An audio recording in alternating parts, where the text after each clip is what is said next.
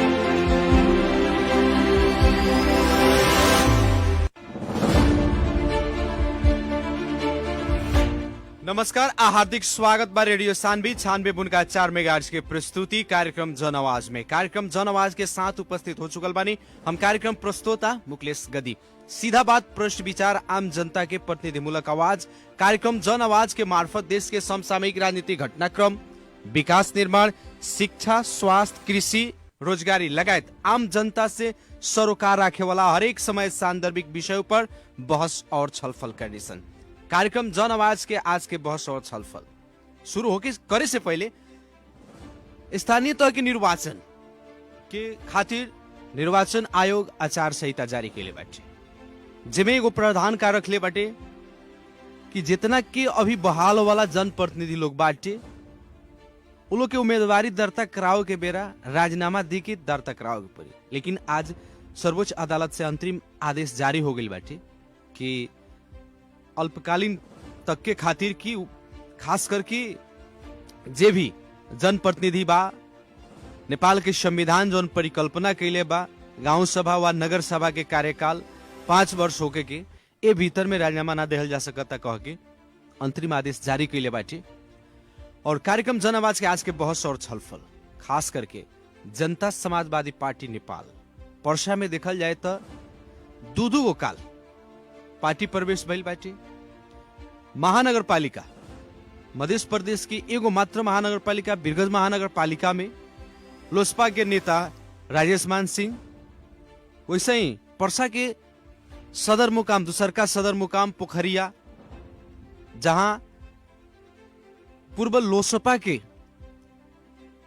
नगर अध्यक्ष रहल राजू शाह जी जसपा में प्रवेश कैले मानी। और काल के कार्यक्रम में हजारों संख्या में लोग वहां पार्टी प्रवेश के लिए बाटे पोखरिया में। राजू जी लोजपा काहे परित्याग कैनी, जसपा के जन लहर चल गई बा, जिंग बात चलत लख कि पार्टी अब विभाजन होता, बहुत बीच में हल्ला चलल। लेकिन अभी जौन तरह से पार्टी प्रवेश हो रहा बाटे, खास करके काल जौन पर्सा क्षेत्र नंबर 3 के द्वारा जनता समाजवादी पार्टी नेपाल के आयोजना में पोखरिया में जौन बृहत आम सभा आ पार्टी प्रवेश भइल, ओकरा विषय में भी हमने आज बहस और छलफल करम सन। सबसे पहले आज के कार्यक्रम में 2 जने अतिथि के हमने के जोड़े ले बानी सन, लेकिन पहले हमने बात करम सन पोखरिया नगर पालिका में जसपा में प्रवेश कैल राजू शाह जी के। ओकरा बाद हमने के पर्सा क्षेत्र नंबर 3 के क्षेत्रीय अध्यक्ष नागेंद्र यादव जी से भी बात करम सन। सबसे पहले हमने के जोड़े के चाहेम सर राजू शाह जी के, वहां के हमने के संपर्क में जुड़ चुकल बानी। राजू जी स्वागत बा कार्यक्रम जन आवाज में। राजू जी, कार्यक्रम जन आवाज के आज के बहस विशेष रूप से हमने के अभी जौना हिसाब से स्थानीय तह के निर्वाचन जितने नजदीक हो रहा बाटे, दल की कहीं न कहीं एकदम पूर्ण रूप से चुनावी माहौल में हर एक राजनीतिक दल झूम चुकल बाटे। चुनावी सरगर्मी बढ़ रहा बाटे। नेता लोग जे अपना के स्थानीय तह के निर्वाचन में भाग लेवे के चाहता, जौना पार्टी के जनाधार बरियार बाटे, वो पार्टी में जाए के लहर चल चुकी बाटे। वैसे ही काल जौन कार्यक्रम भइल पोखरिया में हजारों हजार की संख्या में जनता समाजवादी पार्टी नेपाल के केंद्रीय अध्यक्ष उपेंद्र यादव जी के प्रमुख आतिथ्य में काल के कार्यक्रम संपन्न भइल बाटे। और राजू जी हमनी के फोन संपर्क में बानी, वहां से हमनी के बातचीत करम सन। राजू जी स्वागत बा कार्यक्रम जन आवाज में। धन्यवाद बा। का हाल खबर बाटे? सब ठीक बा। अपने तो अब जनता समाजवादी पार्टी के नेता हो गई नी जी। काहे लोसपा छोड़ देनी? लोसपे से ना हम राजनीति स्टार्ट करी, हम विगत मधेश में सद्भावना पार्टी से राजनीति स्टार्ट करी। जी जी। सद्भावना से राजपा से फिर जसपा से फिर लोसपा। तो हम खास करके सद्भावना जौन एगो पक्ष रहे ओकर जे अगुवाई कर रहे ओकरा राजेंद्र महतो जी, वहाँ से हम वहाँ के संगे रह के हम काम कैनी। लेकिन विगत चुनाव में हमारा साथ बहुत राजनीति में अन्याय भइल, ओकरा बावजूद भी हम वही पार्टी के संगे ही रह गनी, राजनीति में रह के विगत चुनाव में भी हम पार्टी के मदद कैनी। लेकिन एने आके जब हमनी के जसपा बनल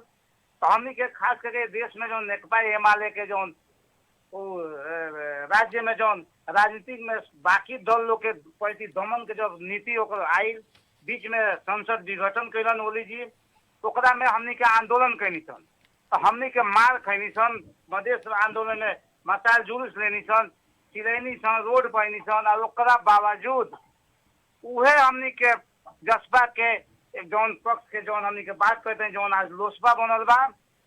उहे लोग जाके वही ओली के संगे बैठ के मंत्री के स्वाद लेवे खातिर जब वो में चल गई तो हमनी के मार खा के मधेश के में यहाँ हमनी के मार खाई सन, संविधान के रक्षा करे खातिर हमनी के पिटाई सन। और उहे लोग फिर वही आदमी से मिल के जाके संगे रही तो हमनी के कैसे हमनी के आत्मा गवाही दी कि हमनी के वही आदमी के संगे रही सन।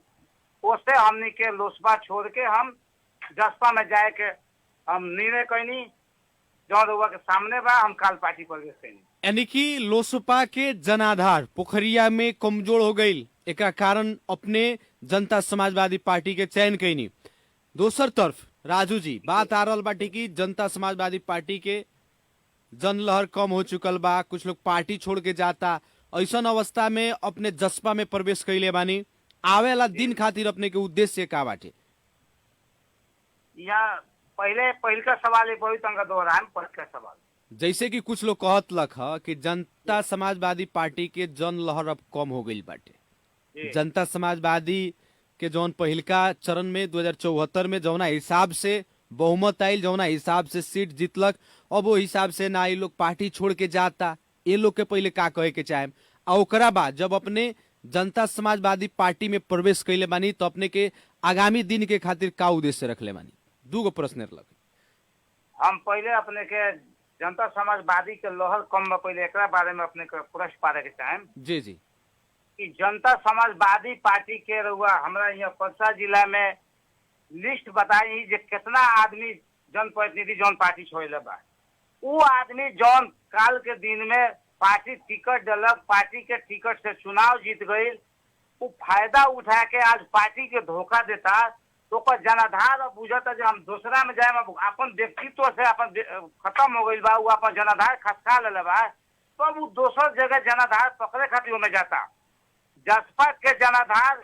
जौन लोग के पार्टी से टिकट लेके जनता समाजवादी पार्टी के कार्यकर्ता के ना चिन्हलक, जौन हमने के जनता समाजवादी के लोग बा ओकर इच्छा अनुरूप काम ना कैलक, आवे वाला दिन में ओकर टिकट यहाँ सेफ नहीं के बुझात, वो कारण से जनता समाजवादी पार्टी छोड़ के दूसरा में जाता। पहला बात। जी जी। यानी कि अपने के कहे के अर्थ की जनता समाजवादी पार्टी के लहर आ चाहे जनाधार कमजोर नहीं के भइल, बल्कि और बरियार हो गई बाटे।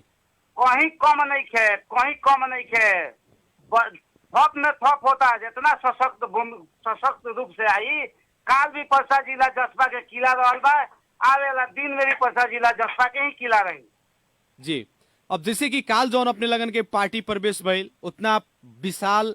कार्यक्रम भइल जहां हजारों के संख्या में नेता लोग कार्यकर्ता लोग पार्टी प्रवेश कैलक, दोसर पार्टी पर त्याग करके जनता समाजवादी पार्टी में अपने के कैसन लागल काल के जौन पार्टी प्रवेश कार्यक्रम भइल, अपने के मूल्यांकन में का रहल? जी मूल्यांकन में उ पार्टी पर हमारे पार्टी प्रवेश खातिर उ कार्यक्रम ही रहे, खास करके जनता समाजवादी में पोखरिया में। जी जी। आज बाकी साथी लोग भी जौन बगल के पालिका सबसे 50 जिला में विभिन्न पालिका से साथी लोग अभी प्रवेश कैलक, वो भी स्वागत योग्य बात है। लेकिन कार्यक्रम फोकस करके हमनी के पोखरिया में रहे, क्षेत्र नंबर 3 के हमनी के पार्टी के क्षेत्रीय समिति द्वारा आयोजित रहे। अब हम जौन काम करतनी या काम आशा से और बेसी निमन हो जाई तो निमन न लागी, खराब लगे वाला बात थोड़े बा। हम तो हजारे के आशा कैले कि खाली पोखरिया नगर पालिका से कहीं 1000 आदमी प्रवेश करी, लेकिन वहाँ तो लगभग 1600 के आसपास में खाली पोखरिया नगर पालिका से लोग प्रवेश कर, बाकी जगह के तो बातें छोड़ दी। कानून कमेंट आ रहल बाटे कि ऑर्केस्ट्रा नचा के रुआ लगन पार्टी प्रवेश करतनी। जी कथी बात कि हमनी के काल के दिन में भी जब मधेश आंदोलन जब यहाँ स्टार्ट भई रहे, जब मधेश आंदोलन होत रहे, तो मधेश के भावना खातिर विभिन्न हमनी के कलाकार लोग, भोजपुरिया कलाकार लोग गाना के माध्यम से, कविता के माध्यम से जो समाज में एगो उत्प्रेरणा बढ़ावे खातिर जो हमनी के समाज में जो बाजल गाना के रूप में सुनी सन, चाहे कुछो के रूप से सुनी सन, तो वही नहीं काल के कार्यक्रम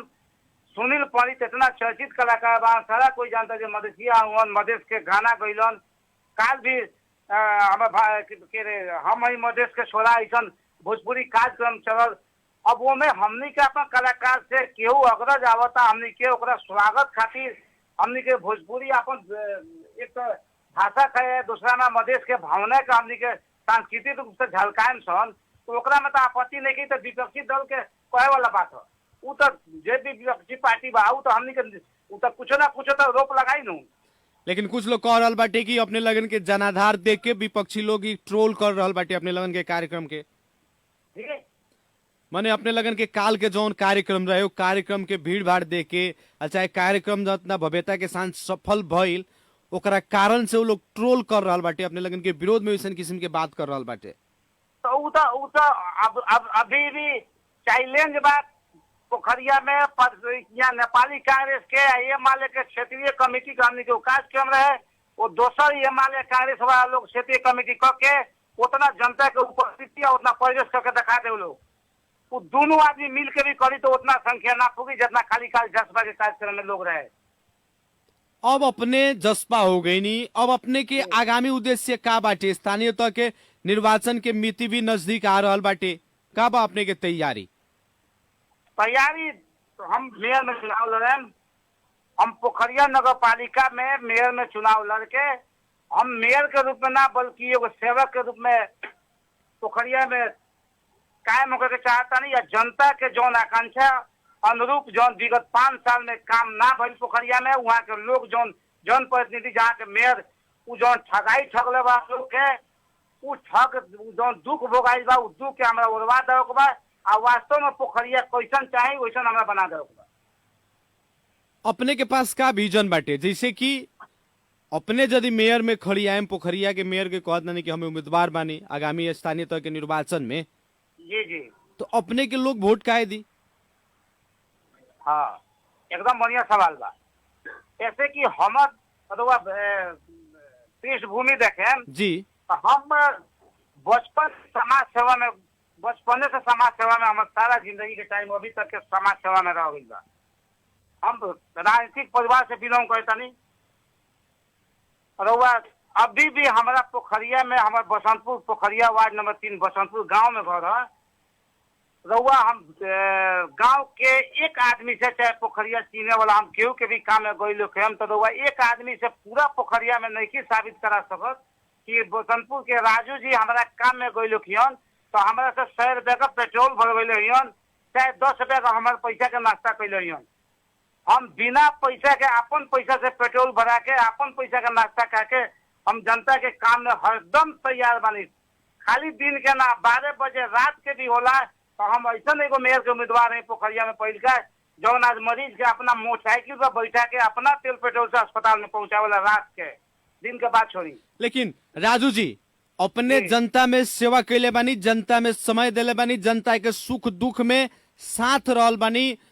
हर एक समय में जेकरा कारण से अपने चाहत बानी अब जनता के सेवक बन के आई जनप्रतिनिधि के हैसियत से, लेकिन जे अभी के जनप्रतिनिधि बाटे 4.5 वर्ष विकास कैले बाटे ओकरा के का अपने हरा पाए? विकास विकास ना पोखरिया के विनाश भइल बा 4.5 वर्ष में। विकास नहीं के भइल, विनाश भइल बा। जहाँ नगर पालिका में अरबों के अगर केंद्रीय बजट आवे, प्रादेशिक बजट आवे, करोड़ों में प्रादेशिक बजट आवे और बजट अगर फिरता जाता है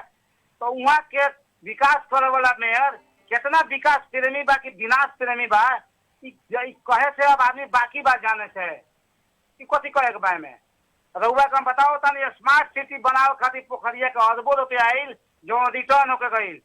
ये पोखरिया अस्पताल में हमनी के जसपा के यहाँ सरकार बा प्रदेश में, यहाँ का निकाय मुख्यमंत्री श्री लाल बाबू राउत गद्दी जी 4 करोड़ से ऊपर रुपया भेजवाई। हमनी के पैसा और काम करे खातिर भी वो मेयर के कहे के पड़ी जाए पैसा से तू काम करो हो, तो बताई कितना लाज के बात बा। कितना कान में तेल डाल के सुते वाला मेयर बा वैसन कुर्सी पर, जो जनता के पैसा आयल काम खातिर ओकरा सुख सुविधा होखो जनता के वो नहीं के चाहत तब न पैसा से काम नहीं करे, तू पैसा फीता होके जाता। एकरा के रउआ कहते पोखरिया में विकास भइल बा, रउआ कभी मोटरसाइकिल उठाई, रउआ आई कभी पोखरिया के 10 वाट में घूम के देखी, रउआ आधा घंटा मोटरसाइकिल चला लें बिना मास्क के, तो रउआ फिर हमारे से अगले दाव में सवाल करें। लेकिन राजू जी 4.5 वर्ष के दौरान में देखल जाता अपने के पोखरिया नगर पालिका के करोड़ों ना अरबों अरब रुपया खर्चा हो चुकल बाटे, अब विकास नहीं के भाई। काहे मेयर साहब विकास ना कैलन? जनता तो उनका के एगो युवा समझ के नया बाड़न, नया सोच के साथ ई विकास करियन कह के जीतैलक, पोखरिया नगर वासी लोग जीतैलक। लेकिन आज पोखरिया नगर वासी के जौन भावना रहे जे विकास होई, विकास ना भइल। अपने भी कह रहल बानी, जनता का कह रहल बाटे वहां के बताओ जा। जनता ही कहता है कि राजू जी रउआ पोखरिया के आंदोलन रउआ कहीं 72-73 में नेतृत्व कहीं, लेकिन रउआ साथे राहुल पार्टी ओवरा के तत्कालीन राज्यसभा धोखा दिलक, टिकट ना दिलक। और हमनी के रउआ बता देली कि हमनी के पोखरिया में नया परिवर्तन करे के बाद तो वहाँ नया उम्मीदवार नहीं थे, तो हमनी के बाध्यता बस हमनी के वहाँ के मेयर के वोट दे देनी सन। लेकिन हमनी के कहनी से विकास के गाड़ी चलाओ खाली ड्राइवर चुनम सन, लेकिन ड्राइवर के बदला हमनी के खलासिये चुन देनी सन। तो वो विकास के गाड़ी कहाँ लेके जाये वो तो उल्टाइए दी, तो ठीक है उल्टा दिलक मेयर लोग के ही कहा बा। जो अब रउआ आई हमनी के रउआ के चुनाव जिताएम सन, रउआ हमनी के सेवा करी। अपने के पास जनाधार बाटे, जनता अपने के साथ में बा जी, एकदम बा एकदम बा। आवेला बैसाख 30 गते जौन स्थानीय तह के निर्वाचन हो रहल बाटे, ओ दिने पोखरिया नगर पालिका में जसपा के झंडा लहराई। 1 नंबर वार्ड से 10 वार्ड उप मेयर पूरा सेट में जसपा के झंडा लहराई। कैसे विश्वास करें जनता के? हम जनते हमारा के चुनाव लड़ावता, जनते जसपा के संग बा, तो वहाँ दोसर कोई के जीते के सवाल पैदा नहीं करनी जी। प्रतिस्पर्धा कितना के देख रहल बानी, काहे कि और पार्टी से भी वहाँ मेयर के कैंडिडेट होई लो, अपने भी बानी, प्रतिस्पर्धा कितना के बाटे? कहीं हमारा जसपा पार्टी के आसपास में वहाँ क्यों पार्टी नहीं है, ऐसे कि वह पुरान ना वाला लोग कहला तिहरा हुए पोछिया रंगल बा, तो वह लोग पुरानका को होने से होने कह के रंग जमा फेर के आई, तो लोगवा चीने से बाकी थोड़े बा, वही गौवा नगर के लोगवा उनका बाहर से थोड़े आवता, तो सब चीन ले बा, बुझले बा। हमनी के जनता समाजवादी पार्टी के आसपास में पोखरिया में कोनो पार्टी के उम्मीदवार कहीं ना हुई। एगो प्रक्रिया पुगाव खातिर लोग के मन के लालसा पुगाव खातिर जरा मन हुई उ नॉमिनेशन दी, ना तो बाकी लोग के नॉमिनेशन नहीं दलत हुई। जैसे कि वहाँ जनता समाजवादी पार्टी का ऐसा आनी तूफान उठी कि बाकी जितना पार्टी हुई सब उठिया कहाँ से कहाँ चले कौन जगह नहीं। चलिए राजू जी, जाते जाते क्या कहे के चाहे पोखरिया नगर वासी से? हम पोखरिया नगर वासी लोग के आशा विश्वास देवे के चाहे कि वहाँ लोग के चाहना अनुसार जौन वहाँ लोग के मन में बा हमरा के सेवा करे के मौका देम, तो वहाँ के आवे वाला 5 साल के बीच में जौन कागज में कहल जाला कि पोखरिया पक्सा जिला के दोसर सदर मुकाम है, उस 5 के हम पोखरिया के दोसर का सदर मुकाम बना के दिखाएम। आई जौन विकास के ढोल लवराई के लोग पीटत देता, कुछ आदमी ऐसा उम्मीदवार बन के घूमता है कहीं हऊ कहीं, वो कमीशन के खेल कैले बा, कहीं कुछ नहीं के कैले।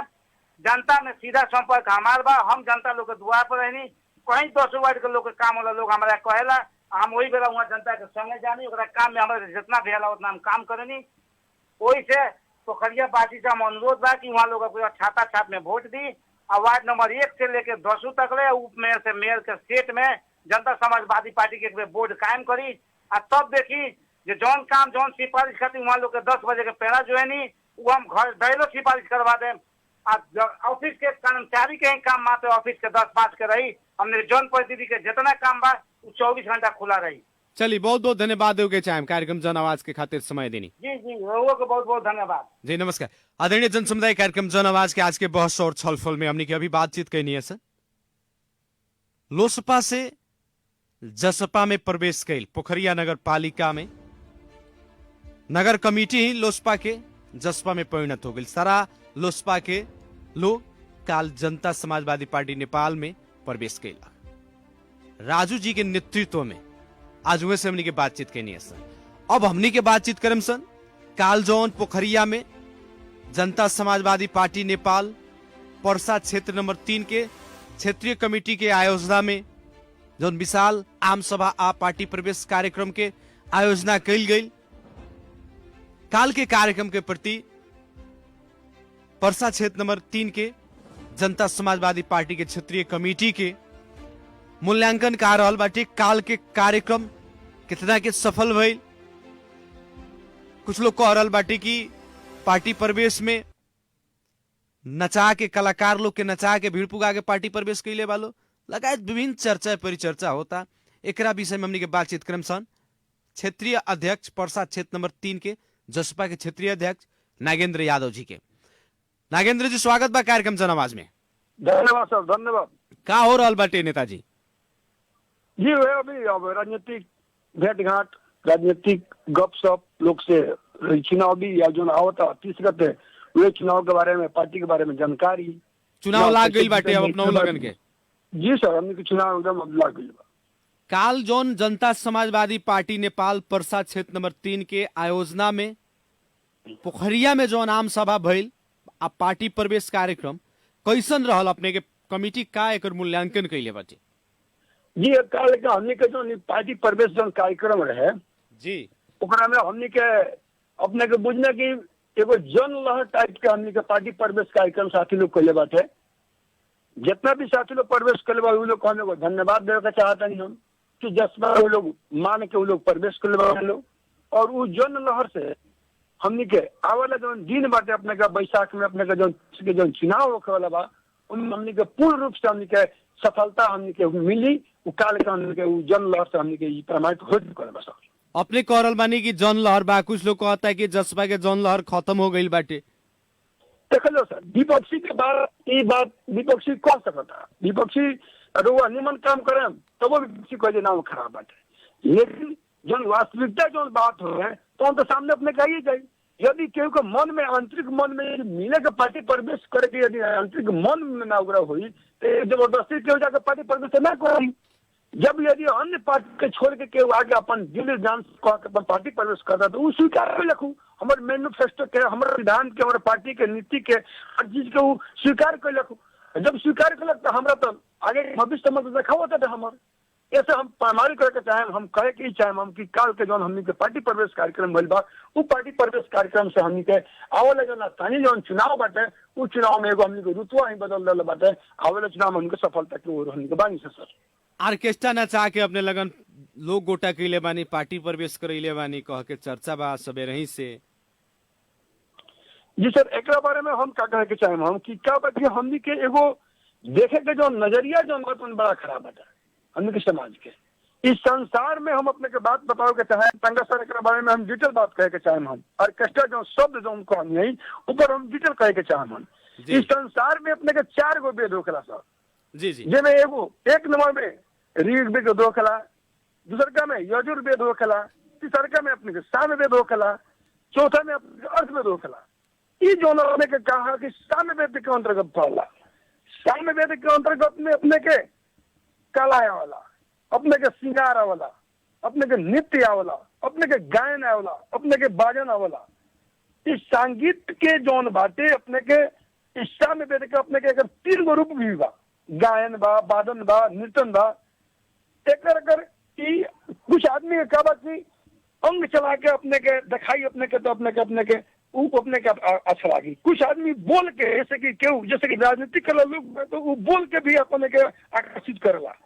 तो ये अपने के सामने देने के अंतर्गत पड़ला। और एकरा के देखे वाला जो नजरिया बा जौन हमनी के महिला के प्रति ई लोग के तंका एगो हमनी के समाज में ई के देखे जो नजरिया करे तो एगो ई अच्छा नहीं है। लेकिन नागेंद्र जी बात यहाँ कथी आ रहल बाटी कि जैसे हमनी के मधेश में बानी से, जी जी, मधेश के ही एगो बेटी आज वो अपन कला के मार्फत से आगाड़ी बढ़ रहल बाटे, जी जी जी जी जी, जबकि उहे व्यक्ति जी अपने के कार्यक्रम में गईल तो अपने वाह वाह कैनी, जी जी, दूसरा के कार्यक्रम में गईल तो अपशब्द प्रयोग कैनी। ई कितना के दुख के बात बाटे। अब ये जबकि देखे जाओ। अपने मधेश के बेटी है वो अपन कला के माध्यम से आगाड़ी बढ़े के चाहता। जी जी, अपने काम एगो बात बताओ के चाहे अपने के सर हम कि ई देखी कितना ना इतना ना लोग के मन में मने एगो ई घुटपन एगो बड़ा कटाच बाटे कि कटाच यही के चलते हमनी के पास मानी सन। अपने के का बात है कि हम इंडिया के तंग बात कहे के चाह रहे कि हम कि अभी इंडिया इतना संसार में डेवलप कोई बाटे तो अपने के सामे वेद के द्वारा ही अपने के डेवलप कोई बाटे। जो सामे वेद के ही लोग लिखले बाटे कि फिल्म इंडस्ट्री में एवरे जितना लोग आगाड़ी हो गइल बा वे जब जोन टाइम शुरू भइल तो वे लोग बड़ा कहे बोल नाच ये लगे नौटंकी शुरू कर, लेकिन वो अपना डेवलप कलक सामे वेद के द्वारा वो जे अपने के विश्व में अपने के वो चीज के अपने के स्थापित कर ले बाटे। तो वो चीज का नजरिया जो देखे जो हमने के जो समाज बाटे हर एक चीज पर कटाक्ष न करे के चाहिए। हमर समाज के लड़की है, हमर समुदाय के चीज है, वो हमने के देखे वाला चीज बाटे ओकरा के कला हुए और वो चीज को हमने यदि कटाक्ष बोलता है तो ये एगो मानव के मानवता के रूप में हम देखता नहीं शोभनीय बात एगो ना हो। जी, अपने लगन जोन काल के कार्यक्रम आयोजना कैले रहनी का अपने लग के उम्मीद रहे कि काल के जोन जन लहर रहे उतना जन लहर अपने लगन के क्षेत्रीय कमेटी के आयोजना में भइल पार्टी प्रवेश आम सभा में पहुंची लोग? जी एमे क्लियर रही सर ई का बात अपने का बात हम क्षेत्रीय अध्यक्ष हैं, 3 नंबर के क्षेत्रीय अध्यक्ष हैं, हमारे अध्यक्षता में कार्यक्रम रहे। एकरा पहले हम अपने के क्षेत्रीय कार्य समिति के विस्तारित बैठ के सारा साथी लोग हम ई बात का आगाह कर रही कि जितना भी हमने के साथी लोग का पार्टी प्रवेश करा बाटे ये हमने कार्यक्रम में लाकर पार्टी प्रवेश कराही के पड़ी। ऐसे की का बाटे कि चुनाव जो पड़ो बाटे ये चुनाव हमने के नजदीक मानी सन। यदि हमने के पार्टी प्रवेश करा के जन लहर को हमने दिखाओ सर हमने के सफलता को और हमने के जायम सन। ऐसे क्षेत्रीय कार्य समिति के जो बैठक विस्तारित बैठक से जो लोग हमारे साथी लोग जो भी आए रहे नेता लोग आए रहे लोग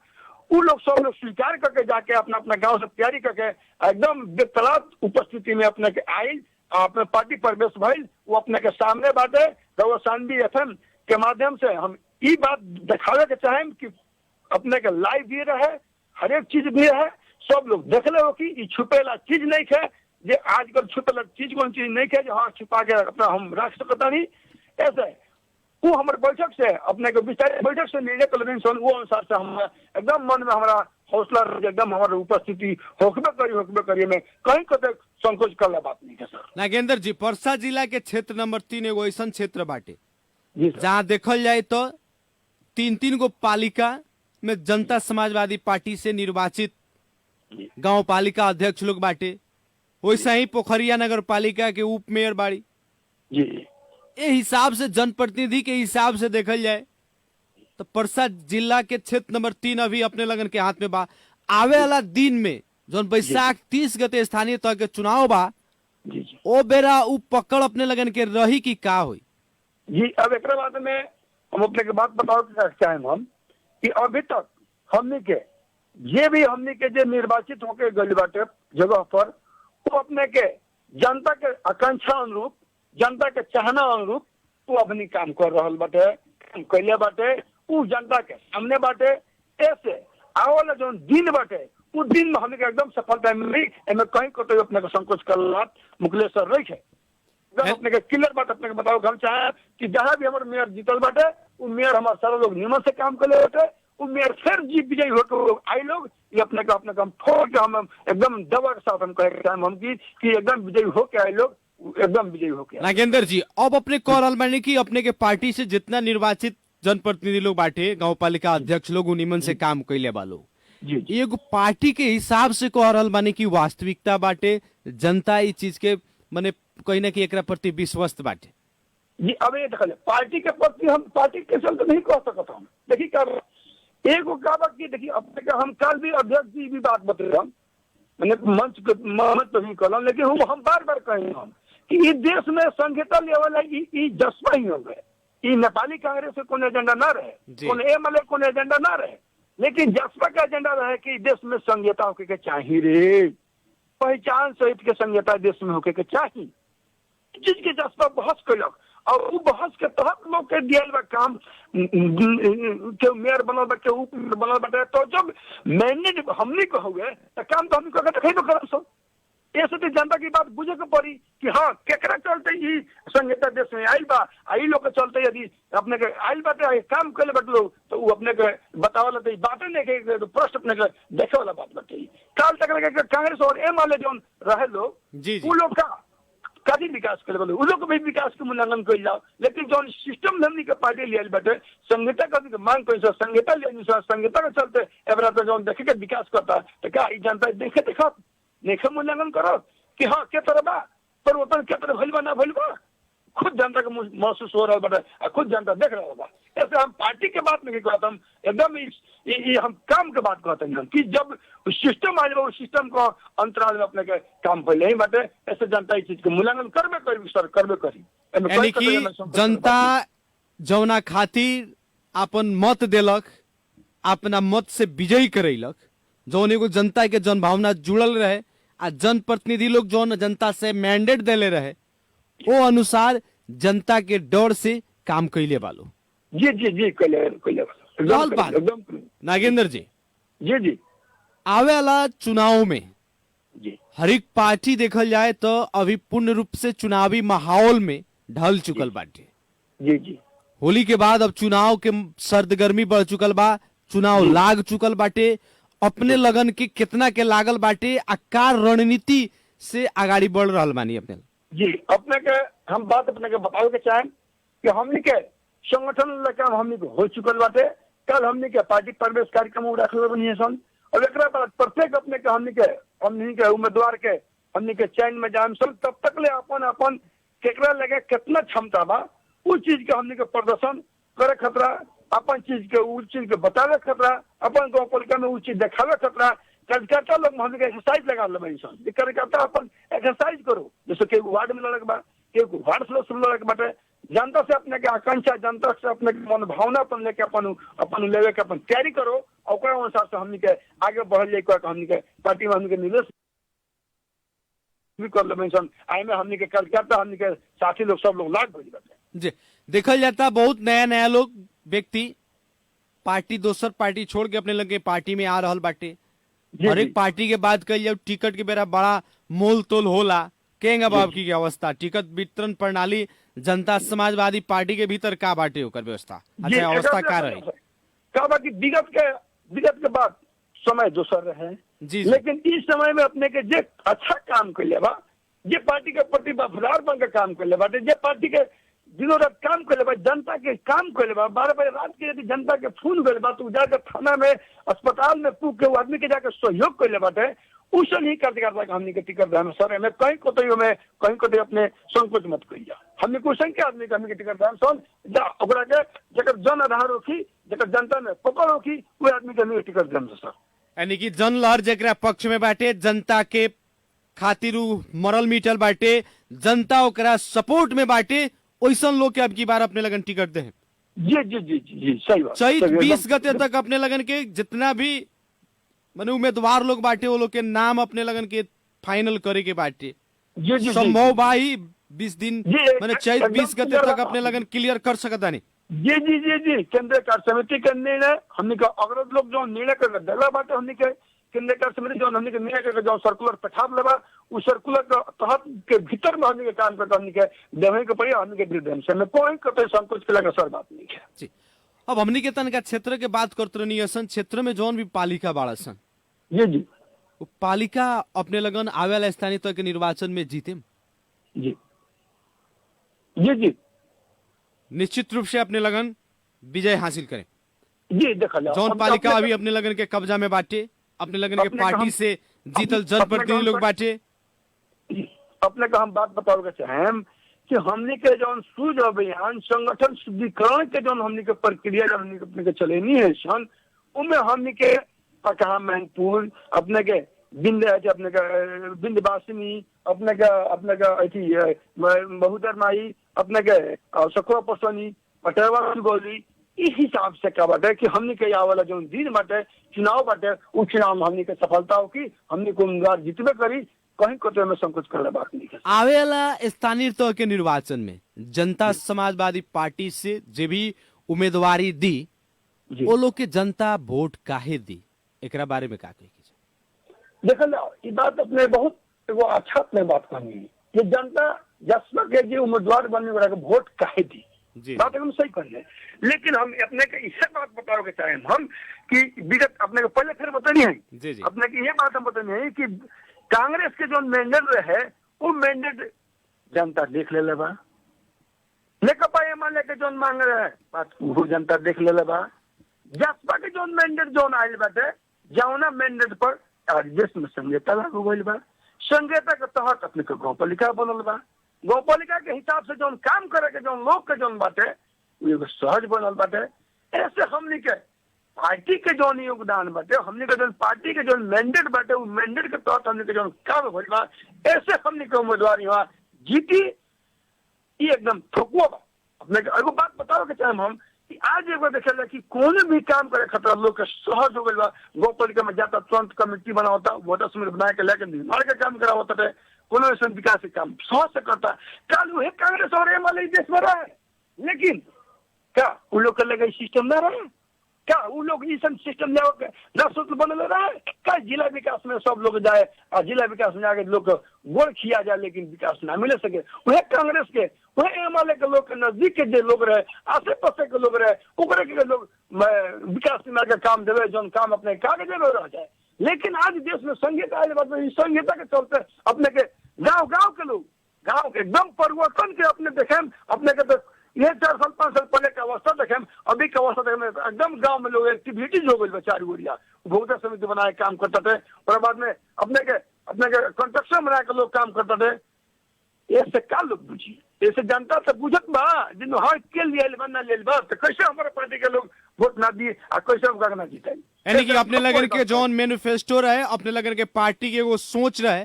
उस सोच के मुताबिक परिकल्पना के अनुसार देश में संघीयता आयल, संघीयता के बाद के जो संरचना भइल देश में 3 तरह के सरकार बनल और खास करके सबसे ज्यादा जनता के नजदीक के सरकार स्थानीय सरकार और वहू में जनता समाजवादी पार्टी से निर्वाचित जे भी स्थानीय सरकार के प्रमुख लोग बाटे जनता के जन भावना के बमोजिम काम कैले बाटे। आवे वाला दिन में उ लोग के जौन विकास के नमूना विकास के काम अधूरा बाटे ओकरा के पूरा करे ला भी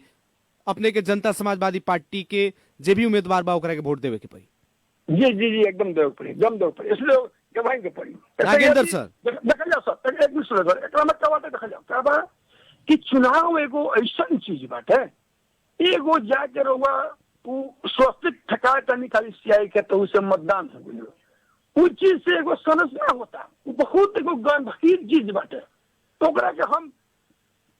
देखे गेल ई बात से कहम हम कि देश में जो कांग्रेस और एमएलए के जो क्रियाकलाप जो काम कर बाटे लोग आई जो जसपा यदि अपने के संगठन ले बाटे संरचना के अनुसार जब काम भइल बाटे ई चीज यदि जनता हमनी के बात बुझ जाए तब वोट मांगल कोनो जरूरी नहीं है। जनता अपने के कांग्रेस को और एमएलए के बाय बाय को आके अपने जसपा के वोट देके अपने के विजयी कराई और उम्मीदवार के जितवाई एमे कोई संकोच करला बात नहीं के। ई चीज बहुत एगो लेकिन जनता नागेंद्र जी जनता यदि एजेंडा देखे वाला रही जी कैंडिडेट पढ़ल लिखल बा उ देखे वाला रही तो इतना ही खर्चा दारू मांस कहीं ना कि पैसा पर काहे बेचाई। जी जी देखल एकरा बारे में हम बात कहे के चाहें कि कल भी अपने के अध्यक्ष जी भी कहलन कि 82 को देश में ई चुनाव प्रणाली नहीं है, दूसरे हिसाब से वहाँ चुनाव होगा है ई खर्चा के चलते ई सब ये लोग के ई उचित आर्थिक अवस्था कमजोर करा दे वाला ई जो सिस्टम बाटे इस सिस्टम में चेंज करे खातिर हमने के जसपा के अध्यक्ष आदरणीय हमने के अध्यक्ष जी के कल अपने के मंच पर बात सुन ले के अपने के वीडियो के द्वारा अपने के मोबाइल के द्वारा अपने के टीवी के द्वारा सुने के भी मिले लोग की ये ई चीज हमने के मतलब बदलाव के चापदा में जाए के हमने के अध्यक्ष जी का बात बाटे यानी कि अभी के वर्तमान जो निर्वाचन प्रणाली बाटे एकरा के बदले के अपने लगन के कहीं ना कहीं जनता समाजवादी पार्टी के एगो एजेंडा बाटे अच्छा सोच बना रहल बाटे कि अभी के निर्वाचन प्रणाली दिन प्रतिदिन कहीं ना कहीं महंगा होते जा रहल बाटे जे वो सर एकरा में देखल सर हम थपत काम कथी हम कि देखी सक्षम जौन आदमी बा जे जनता के काम करता ये जनता के घर दौलों में जाके वो आदमी के झई झगड़ा घर में सना तना बातचीत करके निपटा देता वो आदमी के भी ई अभी की अवस्था में जनता वोट ना दे के पैसा पर दारू मास्टर आ जाता वो चीज खतरा ही हमनी के पार्टी वो एजेंडा लिया होता था कि ना ये चीज बेकार बाटे हमनी के समाज गलती निर्णय करता था ऐसे क्या होता कि हमनी के देश के आर्थिक उन्नति में हमनी के कटौती होता था ऐसे निर्वाचन जो प्रणाली बा प्रणाली के चेंज करे खतरा आदरणीय अध्यक्ष जी के मंतव्य में भी अपने सुन ले भी हो पूरे तो यदि चेंज होता तो उन्हें कहा होगी कि रहुआ ऐसा लड़का हमने ऐसे लड़का हमने के गरीब के हमने के अति गरीब के लड़का जो सीनियर लड़का जो अच्छा जो बहस करता जो सोच बाटे वो आदमी के भी मौका मिल जाए अपने के काम करे खतरा राजनीतिक में जाके अपने सेवा करे खतरा मौका मिल जाए ऐसे उस चीज के चेंज करे खतरा जी नागेंद्र जी हमने भी कार्यक्रम के अंत में बानी सन जनता समाजवादी पार्टी नेपाल पर्सा जिला में जौन विवाद रहे जी विवाद आज सामने हो चुकल बाटे जौन खटमन रहे जौन अनमन रहे बीच में उस सामने हो गई एकरा प्रति अपने के प्रतिक्रिया का बाटे जी जी देखो क्या बात पार्टी में क्या बाटे यदि पार्टी के जो अगुआ बा जो लीडर बा जो नेतृत्व कर रहा बा वो यदि नेतृत्व में कमी बेसी कर रहा बाटे तो जे पार्टी के संगठन के लोग बाटे उकर आंतरिक रूप से ओकरा के विरोध करती ओकरा के सिस्टम में ले आवे खतरा अपने कुछ अपने के समन्वय कमेटी बना दी चाहे कोने से अपना बात कहती लेकिन जब दोनों ओर से जब भिड़ंत होगी तो क्या होगी कि अपने के देखो देखेंगे ना दोनों ओर से जब दोनों से विवाद हुई तो बुझाई जी बहुत बड़का विवाद बाटे लेकिन जब दोनों ओर की जब बात समझ जब आ जाई और बीच के जब एक जगह जब दोनों मुंह कर लिया जाए तो एक खड़ा हो जाला यानी कि अब पूर्ण रूप से पर्सा जिला जनता समाजवादी पार्टी नागेंद्र जी अब पूर्ण रूप से जनता समाजवादी नेपाल पर्सा विवाद रहित हो गई सारा विवाद खत्म हो गई अब अपने लगन के पार्टी चुनाव के जो बिगुल बजेला बुगिल भी फूक चुकल जी जी कुछ चुकल हमने के पूरा विवाद अपने होलिका दहन चल होखला बुझी ना होलिका दहन के संग संग वो दहन हो गई हमने के एकदम हमने के पूरा टीम हमने के जिला कार्य समिति क्षेत्रीय कार्य समिति हमने के प्रदेश कमेटी सारा लोग अपने के चुनावी मैदान हमने के कुछ चुकल चलिए जाते जाते आम जनता से क्या कहे के चाहे अपने हम आम जनता से जितना भी हमारे साथी हम लोग हमारे जितना भी जन समुदाय क्षेत्र में 3 के लोग हमारे साथी लोग अगुआ लोग चाहे हमारे काका लोग हमारे भाई बहन लोग जो भी सुना था हम ये बात कहे के चाहे हम कि हमने के देश में जो हमने के जो देखले बानी सिस्टम वो देखत आइल बानी सन लेकिन केकरा बदलो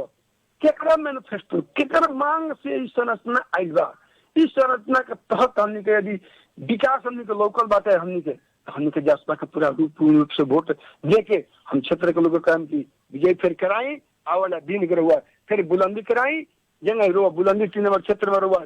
दिले बानी उस अंक दी हम आशा और अपेक्षा हम अपन क्षेत्र के जनता से हम ई रखे काम चलिए बहुत बहुत धन्यवाद फिलहाल अपने से छुटे सर नमस्कार धन्यवाद आदरणीय जन समुदाय कार्यक्रम जन आवाज के आज के बहस और छलफल खास करके जनता समाजवादी पार्टी नेपाल पर्सा क्षेत्र नंबर 3 के आयोजता में काल पोखरिया में भइल आम सभा और बृहत पार्टी प्रवेश कार्यक्रम कैसन रहा क्षेत्रीय कमेटी के आयोजना में आयोजित कार्यक्रम कितना के सफल रहा और दुख के बात ये बाटे कि हमनी के अपन मधेश के बेटी जब अपन कला दिखा रहल बाटे कला के माध्यम से जनता के सूचित करे के चाहता आगाड़ी बढ़े के चाहता तो ओकरा बारे में जौन ट्रोल कइल जाता अनरगल प्रचार कइल जाता विभिन्न अपशब्द प्रयोग कइल जाता ये बड़ा दुख के बात बाटे काहे कि वो भी हमनी के मधेश के बेटी बाटे और अपना माध्यम से अपना कला के माध्यम से आगाड़ी बढ़े के चाह रहल बाटे अपने करे नहीं तो ठीक दोसर करा देलक तक बेटे। ये जब तक भावना रही तब तक हमनी के समाज में रहल, हमनी के बेटी बहन चाहे हमनी के समाज में जे आगे बढ़े के चाहता वो कबो आगे नहीं के बढ़ सकता। कार्यक्रम जन आवाज के आज के बहुत और छलफल सुनी, एक अपने लोग के बहुत बहुत धन्यवाद देव के चाहे। विशेष धन्यवाद प्राविधिक मित्र अनरजीत यादव जी के देते हुए कार्यक्रम जन आवाज के आज के बहस और छलफल से हम कार्यक्रम प्रस्तोता मुकेश गदी आज के खातिर विदा चाहत बानी। प्रणाम।